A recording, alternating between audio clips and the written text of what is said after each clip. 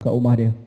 So kalau anak-anak benda-benda yang boleh berhubung ke dunia luar ni memang dia pakai hotspot dia dah, daripada phone dia sahaja boleh. So budak-budak tak boleh akses dengan mudah. So dia lengkapkan, dia bukan biar kosong macam tu je, dia lengkapkan, dia penuhkan jadual anak-anak dia. Pagi-pagi dia orang sama-sama mengaji. Kan? Dia dah biasakan rutin pagi-pagi mengaji dulu. Sesama adik-beradik. Dia jadi suasana, jadi seronok benda tu. Dia ajar adik dia mengaji. Lepas tu ada jadual dia bila ni tolong mak. Semua benda tu diisi. Jadual tu diisi, bukan biar kosong biar anak bersih, tak. Disusun benda tu untuk anak-anak dia. Dia ada rencana khusus untuk anak dia. Dan benda tu membawa sampai ke bila dia balik kampung, dia mengesani sepupu-sepupu dia yang lain. Kan? Dia pagi-pagi dah ada sepupu dia yang buka TV, terus nak tengok TV. Dia tengah pegang Quran. Dia kata, macam mana nak jadi hafiz ni, pagi-pagi dah tengok TV? Dia cakap kat sepupu dia. Masalahnya yang dia cakap tu anak saya. Yang tengok TV tu. Lebih-lebih je ni. Tak apalah, itu muhasabah untuk saya lah kan.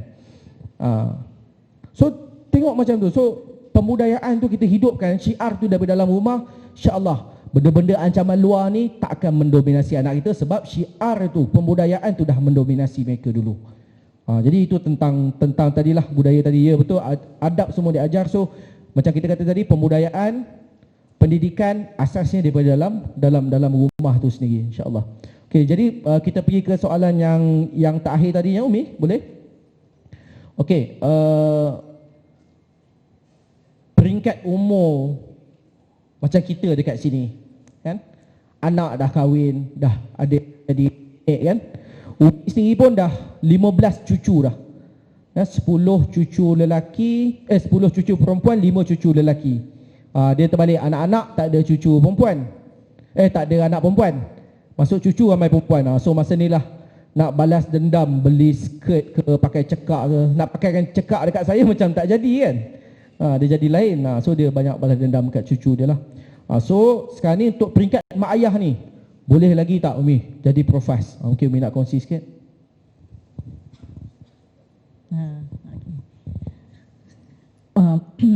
Ialah masa anak-anak kecil kan, kita macam tengok mereka membesar dengan menghafaz Al-Quran. Memang satu rutin mingguan, dua kali sebulan Umi akan pergi ke Mahat Tahfiz mereka yang 3 jam perjalanan pergi dan balik. Memang hafidh tu habislah, dan melihat mereka menghafaz Al-Quran. Jadi kita tak dapat imagine sebenarnya, sebab kita tak melalui proses tu, tapi memang tahulah susah kan, tambah anak remaja lelaki. Kalau perempuan not so bad rasanya, rasa-rasanya. Tapi sebab Umi tengok cucu lah, yang perempuan mudah sikit kan. Tu yang kata, mungkin perempuan senang sikit. Tapi nak kata itu ideal umur 16 tahun tadi kan yang Umi kata.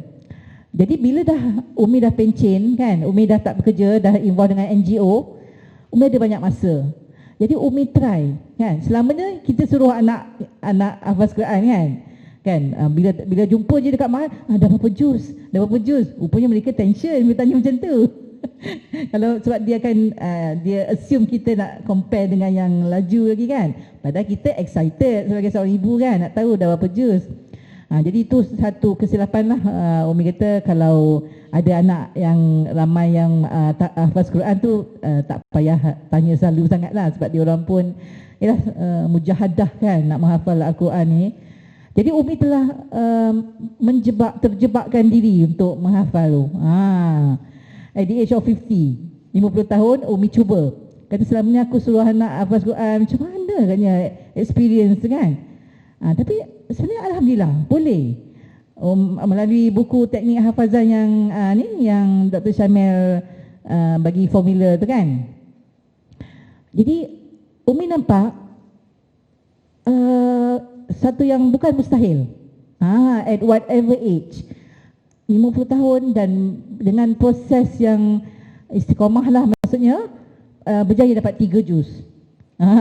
Jadi untuk Umi satu pencapaian yang wow lah, Alhamdulillah lah, sebab daripada tak ada apa, tapi until today tak tambah lagi. 3 ni Umi jaga dan ulang-ulang supaya tak lupa. Tapi kata maknanya boleh kan, di usia berapa pun sebenarnya boleh. Dia antara nak dengan tak nak, dan teknik yang kita gunakan. Dan dia tak boleh berhenti. Ni kan bila kita dah mula menghafal tu, kita tak boleh berhenti sebab nanti kita lupa dan kita akan frust kan. Jadi bila kita start menghafal tu, kita kena ulang dan dalam solat kita boleh apply kan ayat-ayat yang kita dah hafal tu untuk mengingat kembali. Itu cara mengulang dan inilah pegang kukuh yang apa yang kita dah ada, dan kalau boleh tambah lagi masa ke semasa. Jadi untuk kita peringkat yang macam anak dah terlepas satu, pertama, kedua, ketiga, tengok yang baki yang boleh kita ambil peluang mereka menghafal. Dan kalau peringkat yang anak keluarga dah berkahwin apa, peringkat cucu, why not kita discuss dengan anak-anak kita, peringkat cucu generasi berikutnya kan, profesional Al-Hafiz yang meramaikan di Malaysia kan, keluarga besar profesional Al-Hafiz yang boleh kita semarakkan seluruh Malaysia. Itu yang Umi ambil kan, tiket mengapa Umi berada di sini.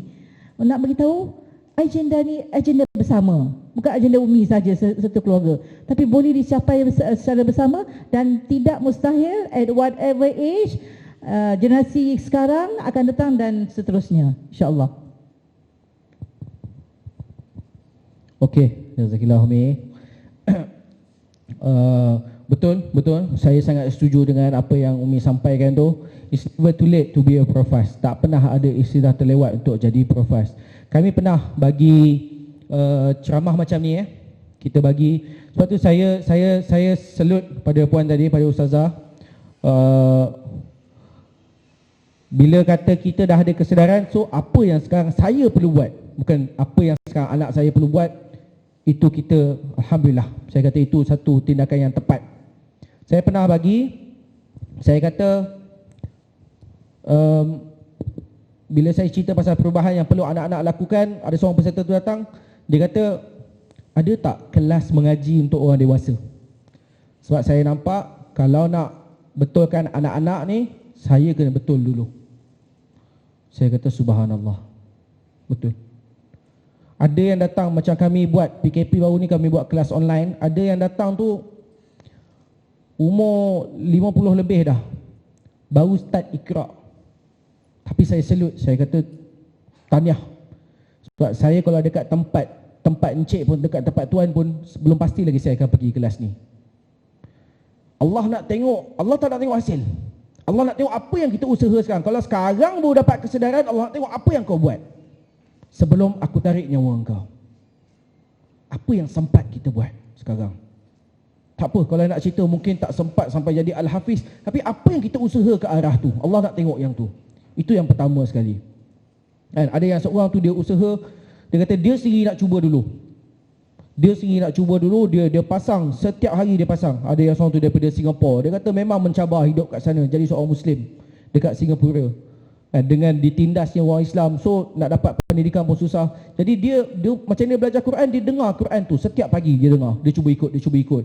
Sedar tak sedar, anak dia umur 4 tahun tu, waktu datang rumah kami, boleh baca Quran, boleh hafal surah Ar-Rahman waktu tu, yang dipasang setiap hari. Sekarang ni anak dia jadi salah seorang anak murid saya. Memang dah masuk pertandingan, dah menang dah. Menang pertandingan hafazan di peringkat sekolah dia semua. So nak kata dekat sini, kita sendiri cuba. Kalau kita nak, insya-Allah boleh. Pernah dengar Dr. Syafi'i Mat Amin? Salah seorang accountant, dia dah ACCA, dia habis, lepas tu dah usia lewat dah umur 40 macam tu, dia baru cuba hafal satu hari satu ayat. Akhirnya dia habis 30 juzuk, dan dia dah bina sebuah pusat pendidikan dia sendiri sekarang ni. Dr. Syafi'i Mat Amin, dia cuba. So insya-Allah, yang penting Allah nak tengok usaha kita. Hasil tu kerja Allah, supaya akhirnya kalau kita mati, kita ada benda untuk kita bentang depan Allah. Ya Allah, ini amalan yang aku cuba sedaya mungkin aku untuk jadi hamba engkau. Jadi itu yang nak kata tak pernah ada istilah terlewat lah kat sini. Tapi saya nak bagi tahu satu benda, satu paradigma yang kita perlu ubah dekat sini ialah hafal Quran tu bonus. Hafal Al-Quran ni bonus. Kalau tak dapat hafal, tak apa. Kalau tanya saya tuan, saya kata tak apa. Apa yang lebih penting? Lebih penting kita beramal dengan apa yang terkandung dalam Quran itu. Kalau kita sekadar hafal tapi kita tak beramal dengan apa yang ada dalam tu, tak guna. Kalau kita tengok buku tulisan Syekh Muhammad Ar-Rashid, Dalam kitab dia Alamul Tolak, dia kata apa? Kebimbangan aku akhir zaman ni, orang Islam ni baca Quran macam burung kakak tua. Macam burung kakak tua. Ada pencuri masuk rumah. Ada tuan rumah masuk rumah, dia kata selamat datang. Pencuri masuk rumah pun dia kata selamat datang. Dia tak faham apa yang dia pertuturkan. Macam itulah hari ni orang kita baca Quran. Dia tak faham apa yang dia baca. Macam mana dia nak amal, macam mana dia nak sebarkan. Jadi itu yang lebih utama, bukan hafal tu. Hafal bonus. Tapi berakhlak dengan akhlak Al-Quran itu lebih utama untuk kita hari ini. Sebab tu macam saya cerita tadi, abang saya Dr. Irfan tu, dia didik anak-anak dia. Antara aktiviti yang dia penuhkan untuk anak-anak dia ialah dia latih anak-anak dia berpidato menggunakan ayat Quran. Baru ni dia masuk masa PKP, dia buat pertandingan pidato online. Dia siapkan anak-anak dia semua, buat dekat rumah je, sampaikan ayat Quran. Waktu tu pidato kemerdekaan, mereka menang, bertanding satu Malaysia, anak dia menang nombor 1. Latih anak daripada kecil, berani rasa izah sebarkan Al-Quran ini walaupun satu ayat. Rasa bangga jadi seorang muslimah, rasa bangga jadi seorang muslim. Itu yang kita nak pupuk pada anak-anak kita hari ini. Bukan sekadar sibuk nak habiskan silibus hafal, tapi akhirnya akhlak tak jaga, adab tak jaga. Lepas tu kita jumpa ramai orang yang hafiz Quran. Saya ada kawan hafiz Quran, tapi lepas tu dia sibuk, dia jadi ketagih main game. Main game non-stop. Akhirnya dia berhenti belajar. Berhenti